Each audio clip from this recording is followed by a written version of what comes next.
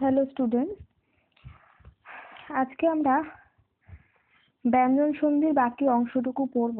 এর আগের দিন তোমাদের আমি বলেছিলাম যে ব্যঞ্জন সন্ধির আরেকটা ক্লাস হবে। এর আগে ব্যঞ্জন সন্ধির যে দুটো তোমরা ক্লাস করেছো সেখানে কিন্তু যেই ব্যঞ্জন সন্ধি তোমরা শিখেছো, যে শব্দগুলো সন্ধি করেছো সেই শব্দগুলো কিন্তু তৎসম বা অর্ধ তৎসম এই ধরনের শব্দ ছিল বা সংস্কৃত শব্দ। তো আজকে যে ব্যঞ্জন সন্ধি তোমরা শিখবে সেটা মূলত খাঁটি বাংলা শব্দের সন্ধি। তো সেই জন্যই এর নাম হচ্ছে খাঁটি বাংলা ব্যঞ্জন সন্ধি।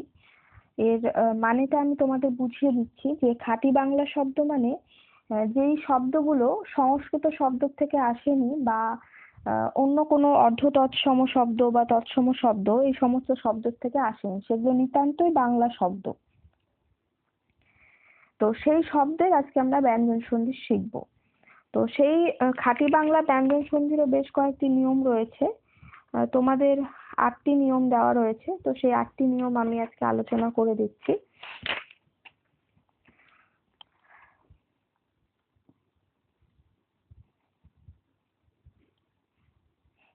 তো চলো আমরা প্রথম নিয়মে যাই বা প্রথম সূত্র 1।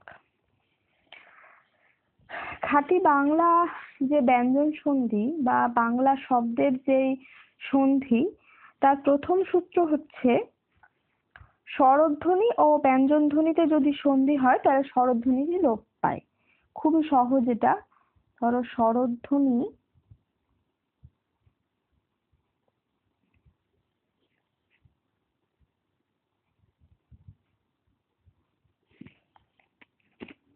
প্লাস ব্যঞ্জন ধ্বনি,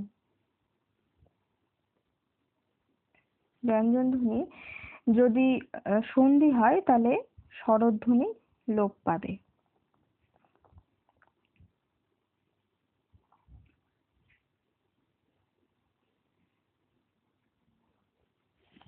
একটা এক্সাম্পল দিই, ধরো কাঁচকলা।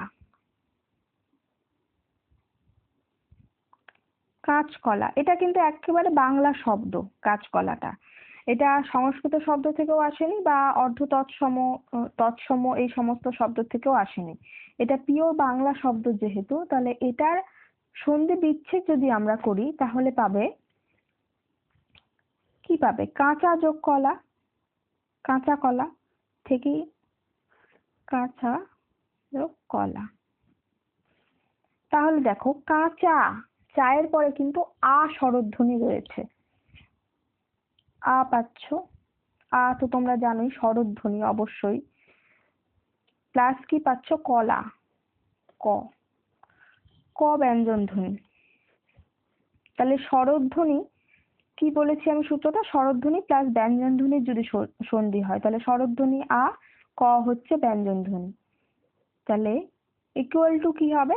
আটা, এই যে প্রথমে আ ছিল পূর্ব পদের শেষে যে আটা আমরা পেয়েছিলাম সেটা কিন্তু উঠে যাবে, এটা আর থাকবে না। তাহলে কি হলো? কাঁচার জায়গায় কাঁচ হয়ে গেল, আটা উঠে গিয়ে, এবং কলা কলায় থেকে গেল। খুবই সহজ এই নিয়মটা।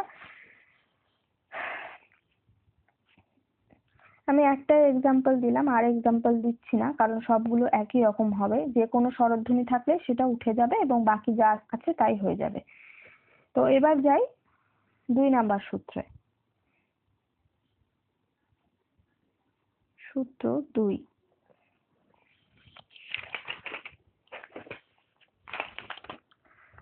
সূত্র 2 বলছে স্বরবর্ণের পর চ ছ বা থ থাকলে চ বা থ এর আগম হয়। স্বরবর্ণের পর চ ছ বা থ।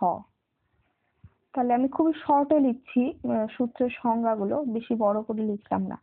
স্বরবর্ণ প্লাস চ ছ বা থ যদি থাকে তাহলে চ বা থ এর আগম হয়। একটা এক্সাম্পল দিই তাহলে তোমাদের সংজ্ঞাটা ক্লিয়ার হয়ে যাবে। দাঁড়াও, চ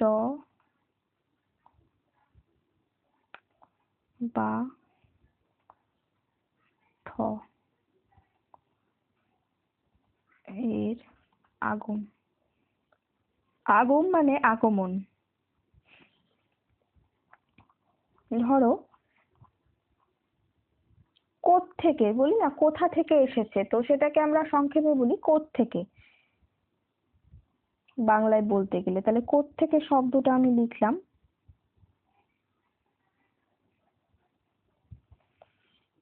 এটাকে যদি ভাঙো তাহলে পাবে কোথা থেকে, কোথা প্লাস থেকে। তাহলে দেখো কি রয়েছে এখানে, কোথা অবশ্যই আ রয়েছে স্বরবর্ণ, প্লাস থেকে মানে থ রয়েছে। তাহলে কি বলেছে, স্বরবর্ণের পর চ ছ বা থ যদি থাকে, তাহলে চ ছ এখানে নেই কিন্তু থ আছে, তোমরা দেখতেই পাচ্ছ। তাহলে থ যদি থাকে তাহলে কি হবে, চ বা থ এর আগমন হবে, মানে আরেকটা চ বা থ এসে জুড়ে যাবে। এবার এই জুড়বেটা কোথায়, তাহলে দেখো জুড়লো কোথায়, এই যে কই থাকলো, এই থাটা কিন্তু আর থাকছে না, এই যে আটা আর থাকছে না। যে আটা তোমরা পূর্ব পদের শেষে পেয়েছিলে কোথা আ, সেটা আর থাকছে না। তাহলে কই থাকলো, আর এই যে লাস্টে থেকে ছিল, প্রথমের যে থেটা এর সাথে আরেকটা থ এসে যুক্ত হলো, দিয়ে যা ছিল পরে তাই হয়ে গেল। এটার আরেকটা এক্সাম্পল দিই তাহলে আরো ভালো বুঝতে পারবে। ধরো বেটা ছেলে, বেটা ছেলে, ছেলেদেরকে বেটা ছেলে বলা হয় চলতি বাংলাতে। তাহলে এটা যখন আমরা ভাঙছি, সন্ধি বিচ্ছেদ করছি, তখন পাবে বেটা যোগ ছেলে।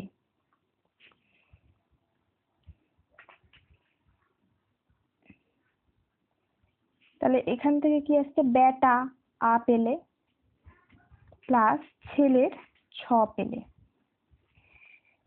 তাহলে দেখো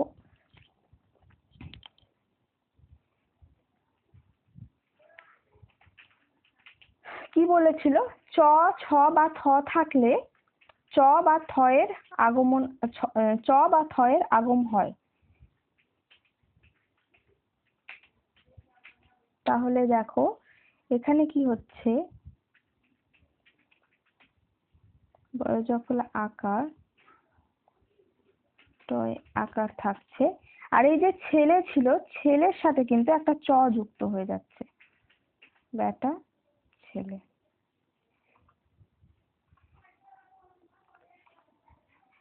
তাহলে যেই স্বরটা আগমন হবে, মানে চ বা থ যে এসে জুড়ছে, সেটা অবশ্যই পরপদের প্রথমে যে বর্ণটা রয়েছে তার সাথে কিন্তু যুক্ত হচ্ছে। এই যে ছেলে পরপদের প্রথম বর্ণ, তার সাথে কিন্তু যুক্ত হলো চটা।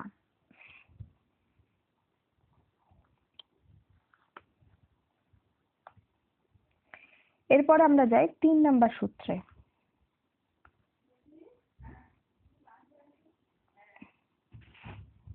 সূত্র 3, সূত্র 3-এ বলেছে বর্গের প্রথম দ্বিতীয় ধ্বনির সঙ্গে যদি বর্গের তৃতীয় চতুর্থ ধ্বনির সন্ধি হয়। আবার দেখো ঘুরে ফিরে বর্গ আসছে, বর্গ সম্পর্কে আগেই বলেছি, বাংলা ব্যঞ্জন ধ্বনিতে 5টা বর্গ রয়েছে, ক চ ট ত প, এবং প্রত্যেকটা বর্গে 5টা করে বর্ণ রয়েছে, ক বর্গে 5টা, চ এ 5টা, ট এ 5টা, ত এ 5টা, প এ 5টা। তাহলে বর্গের প্রথম দ্বিতীয় ধ্বনি মানে ধরো ক বর্গ যদি হয়, ক বর্গের প্রথম ও দ্বিতীয় ধ্বনি মানে ক আর খ, বা যদি বলে ট বর্গের প্রথম আর দ্বিতীয় ধ্বনি হবে ট আর ঠ। তার সঙ্গে যদি বর্গের তৃতীয় চতুর্থ ধ্বনি মানে প্রথম আর দ্বিতীয়র সাথে হচ্ছে কি সন্ধি তৃতীয় আর চতুর্থ ধ্বনির। আমি তাহলে খুব শর্টে লিখে দিচ্ছি, বর্গের প্রথম ও দ্বিতীয় ধ্বনি প্লাস বর্গের তৃতীয়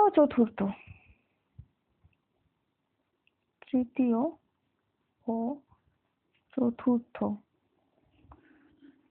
ধ্বনির যদি সন্ধি হয় তাহলে প্রথম এবং দ্বিতীয় ধ্বনি তৃতীয় ধ্বনিতে পরিণত হয়, ইকুয়াল টু কি হবে? প্রথম এবং দ্বিতীয় ধ্বনি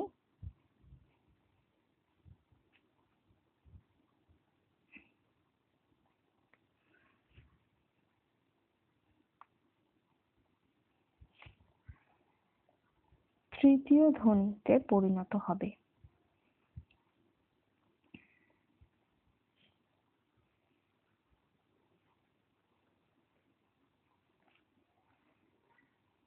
এবার আমি এক্সাম্পল দিলে তোমাদের এই সংজ্ঞাটা ক্লিয়ার হয়ে যাবে। এক্সাম্পল দিই, ধরো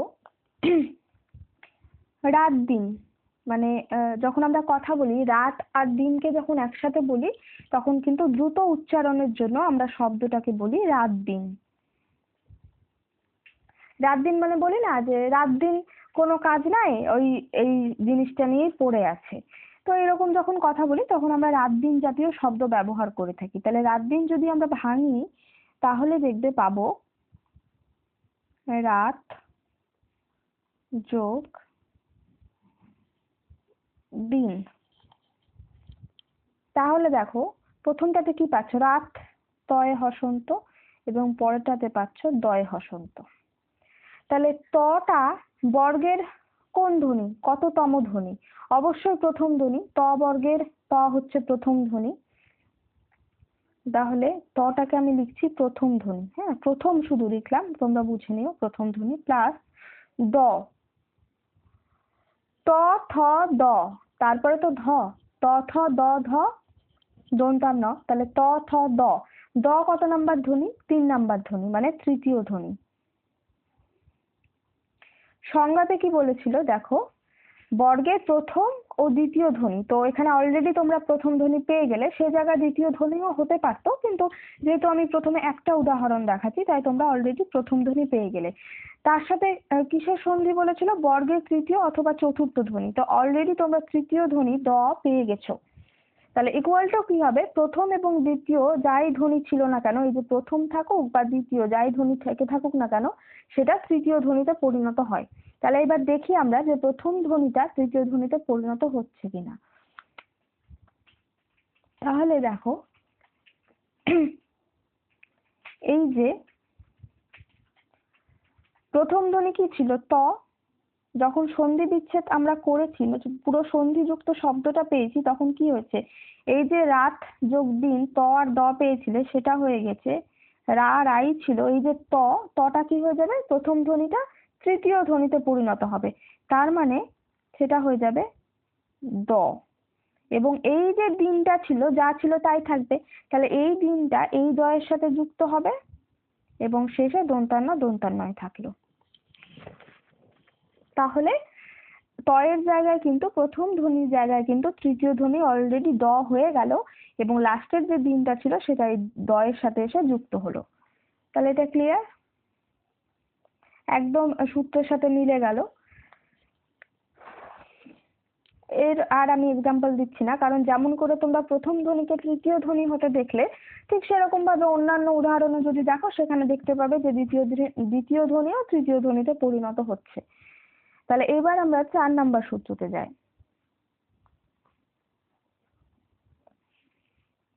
সূত্র 4। 4 নাম্বার সূত্রে বলছে, যদি প্রথম বর্গের তৃতীয় চতুর্থ ধ্বনি এবং পরবর্গের প্রথম দ্বিতীয় ধ্বনি থাকে, তাহলে তৃতীয় চতুর্থ ধ্বনি বর্গের প্রথম ধ্বনিতে পরিণত হয়। তাহলে বর্গের তৃতীয় চতুর্থ ধ্বনি,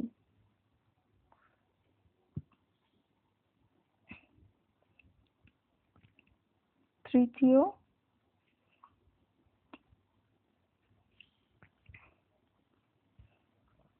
চতুর্থ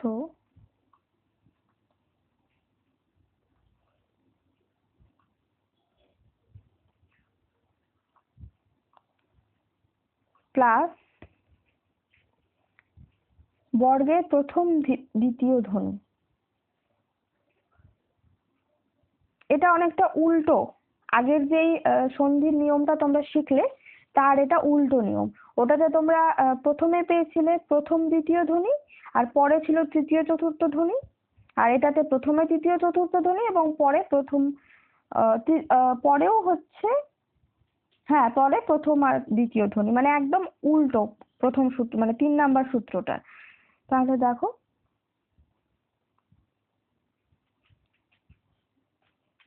প্রথম দ্বিতীয় ধ্বনি ইকুয়াল টু কি হবে, তৃতীয় চতুর্থ ধ্বনি, মানে এই যে তৃতীয় চতুর্থ ধ্বনি সেটা কি হবে, প্রথম ধ্বনিতে পরিণত হয়। প্রথম ধ্বনি, ব্র্যাকেটে লিখে দিলাম তৃতীয় চতুর্থ, তৃতীয় চতুর্থ ধ্বনি প্রথম ধ্বনিতে পরিণত হয়। এক্সাম্পল দিই, ধরো বট ঠাকুর, বট ঠাকুর মানে ভাসুরকে বোঝানো হয়, ভাসুরকে আগেকার দিনে বট ঠাকুর বলা হতো। তাহলে দেখো এটাকে যদি আমরা ভাঙি তাহলে পাবো বড় যোগ ঠাকুর। এবার দেখো প্রথমটাতে কি পেলে, ডয়ে শূন্য র প্লাস থ। তাহলে ডয়ে শূন্য র কততম ধ্বনি, ত থ ড। তো আমরা এখানে ডটাকেই ধরবো, কারণ ডয়ের নিচেই শূন্য বসিয়ে ডয়ে শূন্য র ধরা হয়। তাহলে ত বর্গের অন্তর্গত ড, ত থ ড, অবশ্যই এটা তৃতীয় ধ্বনি, তৃতীয়, প্লাস থটা দেখো ত থ, থ হচ্ছে দ্বিতীয়। তাহলে এখানে কি বলেছিল সংজ্ঞাতে, তৃতীয় চতুর্থ ধ্বনির সাথে যদি প্রথম বা দ্বিতীয় ধ্বনি, তাহলে অবশ্যই পেয়ে গেছো অলরেডি তৃতীয় ধ্বনি ড, এর সাথে কি বলেছিল প্রথম বা দ্বিতীয় ধ্বনি, তাহলে দ্বিতীয় ধ্বনিও পেয়ে গেলে, সন্ধি হচ্ছে। তাহলে তৃতীয় ধ্বনির সাথে দ্বিতীয় ধ্বনির সন্ধি হচ্ছে এবং তার ফলে কি হবে, এই যে প্রথমে তৃতীয় ধ্বনিটা ছিল বা চতুর্থ ধ্বনিও এই জায়গায় থাকতে পারতো, তো এখানে যেহেতু তৃতীয় ধ্বনি রয়েছে এই উদাহরণটাতে, তো তৃতীয় ধ্বনিটা প্রথম ধ্বনিতে রূপান্তরিত হবে। তাহলে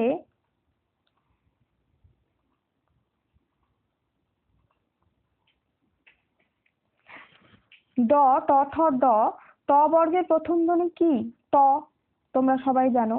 তাহলে প্রথম ধ্বনি ইকুয়াল টু কিন্তু ট।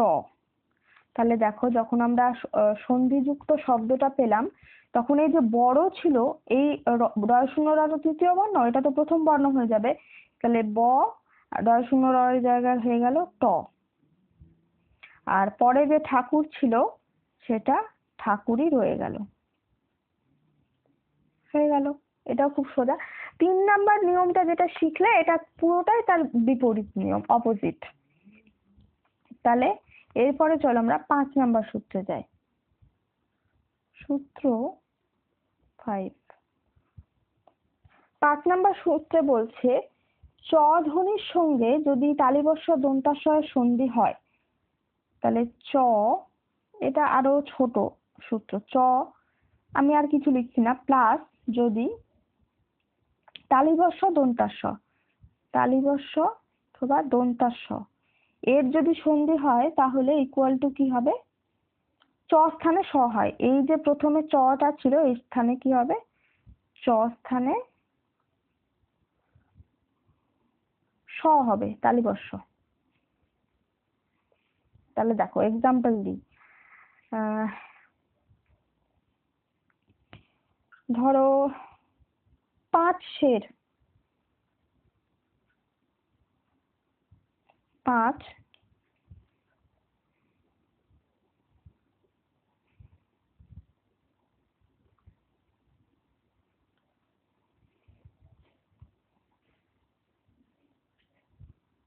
5 বারবার এই জায়গাটা ভুল হচ্ছে। 5 বলি আমরা, উচ্চারণটা কিন্তু 5 বলি না, 5 বলি উচ্চারণটা যখন করি।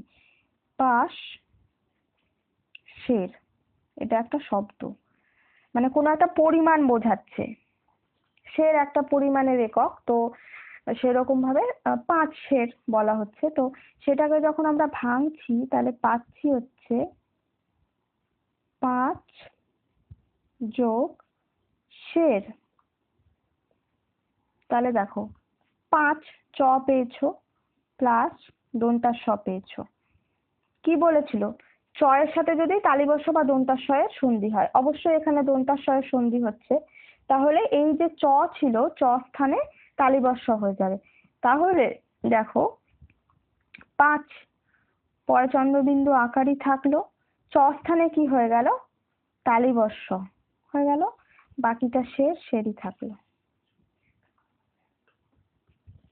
5 তাহলে এই জায়গাটা আর কোনো কনফিউশন থাকার কথা না। এরপরে আমরা যাই 6 নাম্বার সূত্রে। সূত্র 6, এইখানে বলেছে ত বর্গের ধ্বনির সঙ্গে যদি চ বর্গের ধ্বনির সন্ধি হয় তাহলে ত বর্গের ধ্বনি চ বর্গের ধ্বনিতে পরিণত হয়। এখানে কিন্তু অনেকগুলো বর্ণ থাকতে পারে, মানে ত বর্গের যে কোনো বর্ণ থাকতে পারে, ত বর্গের 5টা বর্ণ, যেমন ত থ দ ধ দন্তা ন। আবার চ বর্গেরও 5টা ধ্বনি, চ ছ জ ঝ ইয়। তাহলে টোটাল এদিকে 5টা ওদিকে 5টা। তো এই 5টার সাথে যদি ওই 5টার সন্ধি হয় তাহলে কি হবে, ত বর্গের যে ধ্বনিগুলো ছিল তা কিন্তু চ বর্গের ধ্বনিতে পরিণত হবে। তাহলে আমি এটা শর্টে লিখছি, ধরো ত বর্গ প্লাস চ বর্গ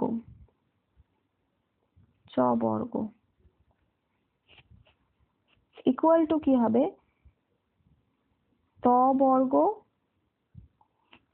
চ বর্গের ধ্বনিতে পরিণত হবে, বর্গের ধ্বনিতে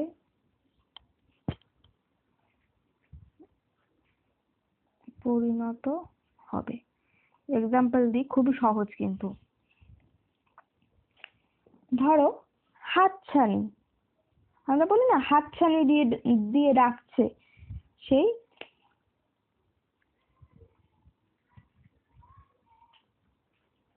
হাতছানি। তো হাতছানিকে যদি আমরা ভাঙি তাহলে পাবে হাত যোগ ছানি। তাহলে কি পেলে, হাত ত পেলে প্লাস ছ পেলে। তাহলে কি বলেছিল, ত বর্গের সাথে যদি চ বর্গ, তাহলে ত বর্গর একটা ধ্বনি বা বর্ণ হচ্ছে ত, এবং চ বর্গের একটা ধ্বনি বা বর্ণ হচ্ছে ছ, চ এর পরে ছ। তাহলে সেই ক্ষেত্রে সন্ধি হলে ত বর্গের ধ্বনি চ বর্গের ধ্বনিতে পরিণত হবে, মানে এই যে তটা রয়েছে সেটা আর ত থাকবে না, চ বর্গের যে কোনো একটি ধ্বনিতে পরিণত হতে পারে। তাহলে এখানে কিন্তু তাই হয়েছে, এই যে হাত ছানি সেখানে হা হাই থাকলো, তটা কিন্তু চয়ে পরিণত হলো, এবং এই যে ছানি ছিল সেই ছানিটা চয়ের সাথে এসে যুক্ত হলো, হাতছানি। তাহলে ত বর্গের ধ্বনিটা কি হলো, পরিবর্তিত হয়ে চ বর্গের ধ্বনি চয়ে পরিণত হলো। এই হচ্ছে, এটার আমি আরেকটা এক্সাম্পল দিই।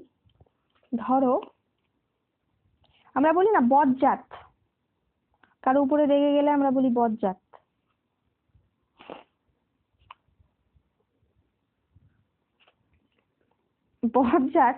বজ্জাতকে যদি সন্ধি বিচ্ছেদ করি পাবো বত যোগ জাত। তাহলে দেখো কি পেলে, দ প্লাস বর্গীয় জ। তাহলে দ কোন বর্গের অন্তর্গত? ত বর্গের, অবশ্যই ত থ দ, তাহলে ত বর্গের অন্তর্গত। এবং জ কোন বর্গের অন্তর্গত? চ ছ জ, চ বর্গের অন্তর্গত। তাহলে এই ত বর্গের অন্তর্গত যে দ ধ্বনিটা রয়েছে সেটা নিশ্চয়ই চ বর্গের ধ্বনিতে পরিণত হবে। তাহলে আমরা বজ্জাত যখন সন্ধি করছি, তাহলে বদের জায়গায় দটা তো পরিবর্তিত হয়ে যাবে, তাহলে বয়ের জায়গায় বই থাকলো, দটা চ বর্গের ধ্বনিতে পরিণত হয়ে গেল। তাহলে আরেকটা বর্গীয় জ হলো দয়ের জায়গায়, এবং এই যে জাত ছিল এই জাতটা এখানে এসে যুক্ত হয়ে গেল। হলো। এরপরে চলো আমরা যাই 7 নাম্বার সূত্রে। সূত্র 7। ত এর পরে স থাকলে দুইয়ে মিলে ছয় ছয় হয়। ত প্লাস এর সাথে যদি সন্ধি হয় স এর, তাহলে উভয়ে মিলে কি হয়ে যাবে বলতো? ছয় ছয়। মানে তও থাকবে না, সও থাকবে না, দুটো কি হয়ে যাবে একসাথে? ছয় ছয়। এক্সাম্পল দিই, ধরো বৎসর, ব ছয় ছয় র, বৎসর। বলে না বৎসর বৎসর একই ঘটনা ঘটে চলেছে। গ্রামের দিকে দেখবা বৎসর কথাটা, বছর বলে না, বৎসর কথাটা উচ্চারণ করে। তাহলে এটাকে যদি আমরা ভাঙি তাহলে পাবো ব খণ্ডত্ব, বৎ যোগ স্বর। আর তোমাদের আমি আগেই বলেছিলাম যে খণ্ডত্ব মানে কিন্তু তয়ে হসন্তকেই খণ্ডত্ব চিহ্নের মাধ্যমে প্রকাশ করা হয়। তাহলে এখানে কি পেলে? তয়ে হসন্ত খণ্ডত্বের জায়গায় প্লাস দন্তাস। তাহলে কি বলেছিল সূত্রটা? ত এর সাথে যদি স এর সন্ধি হয় উভয় মিলে ছয় ছয় হয়ে যায়। তাহলে বতের জায়গায় বই থাকলো খণ্ডত্ব, আর স এর জায়গায় হয়ে গেল ছয় ছয়, আর বাকি পড়ে থাকলো র, র হয়ে গেল বৎসর। এটা খুবই ইজি, এটা সবচেয়ে ইজি সূত্র। তারপরে চলো আমরা 8 নাম্বার সূত্রে যাই। সূত্র 8। এখানে বলেছে র এর পরে র ছাড়া অন্য ব্যঞ্জন থাকলে, মানে র প্লাস যদি র ছাড়া, এটা মনে রাখবে, র ছাড়া যে কোনো ব্যঞ্জন,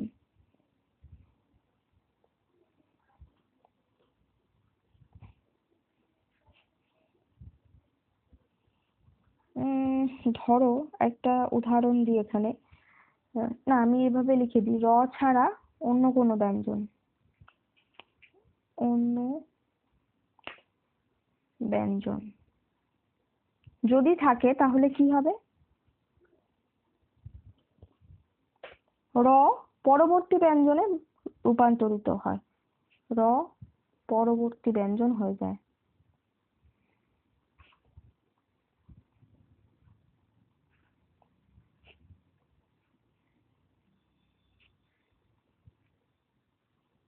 ধরো এক্সাম্পল দিই, করতাল। করতাল যদি আমরা ভাঙি তাহলে পাবো কর যোগ তাল, করতাল। করতালকে আমরা উচ্চারণ করার সময় কিন্তু তাড়াহুড়োতে করতাল বলি।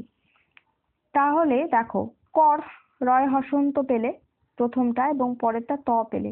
তাহলে কি বলেছিল? র এর সাথে যদি র ছাড়া অন্য কোনো ব্যঞ্জন, তাহলে র এর সাথে তো র ছাড়াই অন্য কোনো ব্যঞ্জন, মানে ত এর সন্ধি হচ্ছে। র ছাড়া যে কোনো ব্যঞ্জন হতে পারে, মানে ব্যঞ্জন ধ্বনি যতগুলো রয়েছে র বাদে যে কোনো ব্যঞ্জন হতে হবে। তাহলে রই ছিল, এবং প্লাস দেখো র না হয়ে অন্য একজন ব্যঞ্জন ত হলো। তাহলে সেই জায়গায় কি হবে? এই যে রটা রয়েছে, এই রটা পরিবর্তিত হয়ে এই যে পরবর্তী যে ত ছিল এই একই ধ্বনিতে পরিণত হবে। তাহলে কি হলো দেখো, করতালের জায়গায় কই থাকলো, রটা ত হয়ে গেল পরবর্তী ব্যঞ্জন যেহেতু ত, এবং এই তটাও এর সাথে যুক্ত হলো, তাহলে তয়ে তয়ে হয়ে গেল, তয়ে তয়ে আকার ল। মানে পরের যে ব্যঞ্জনটা রয়েছে ত, এখানে প থাকতে পারতো, ক থাকতে পারতো, ন থাকতে পারতো, মানে র ছাড়া যে কোনো ব্যঞ্জন ধ্বনি থাকতে পারতো। তো রটা কিন্তু সেই ধ্বনিতেই পরিবর্তিত হতো। এখানে যেহেতু ত ছিল ওই জন্য রটা তয়েই পরিণত হলো, এবং পরের যে তটা ছিল সেটা ওই তয়ের সাথে এসে যুক্ত হলো। এই হচ্ছে খাঁটি বাংলা সন্ধির 8টা সূত্র। এর আগে তোমরা 17টা সূত্র পড়েছিলে সংস্কৃত শব্দের, কিন্তু এখন যে 8টা সূত্র পড়লে সেটা কিন্তু খাঁটি বাংলা শব্দের। তো খাঁটি বাংলা শব্দের 8টা সন্ধি তোমরা সূত্র পড়লে, কিন্তু এই 8টা সন্ধি সূত্র না মেনে যখন খাঁটি বাংলা সন্ধি হয় তখন কিন্তু সেটাকে আমরা নিপাতনে সিদ্ধ খাঁটি বাংলা ব্যঞ্জন সন্ধি বলবো।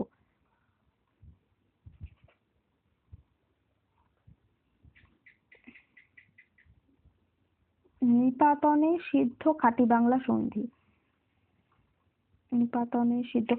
এর আগেই তোমাদের বলেছি নিপাতনে সিদ্ধ যেটা তাকেই বলা হবে যেটা সেই সন্ধির নিয়মগুলো মেনে হবে না, সেই সন্ধির যতগুলো নিয়ম রয়েছে তার বাইরে গিয়ে যখন হবে কিন্তু সেটা সেই সন্ধি, তখন সেটাকে আমরা বলবো নিপাতনে সিদ্ধ সন্ধি। তো এটা যেহেতু খাঁটি বাংলা ব্যঞ্জন সন্ধি পড়ছো এবং খাঁটি বাংলা ব্যঞ্জন সন্ধির 8টা নিয়ম মেনে হচ্ছে না, তাই এটাকে আমরা নিপাতনে সিদ্ধ খাঁটি বাংলা ব্যঞ্জন সন্ধি বলবো।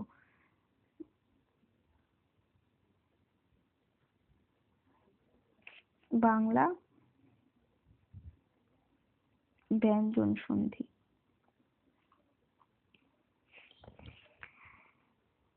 তাহলে ধরো একটা এক্সাম্পল দিই, ধরো নাদ বউ, নাদ বউ এই শব্দটাকে যদি আমরা ভাঙি পাবো নাথ যোগ বউ। এখানে কি পেলাম? তয় অসন্ত যোগ ব। এই তয়ের পরে ব, এটা কোথাও কোনো জায়গায় তোমরা সূত্রটা দেখেছিলা কিনা, মানে এই 8টা যে সূত্র শিখলে তয়ের পরে ব এইরকম কোনো সূত্র শিখেছিলে কিনা একবার দেখবে।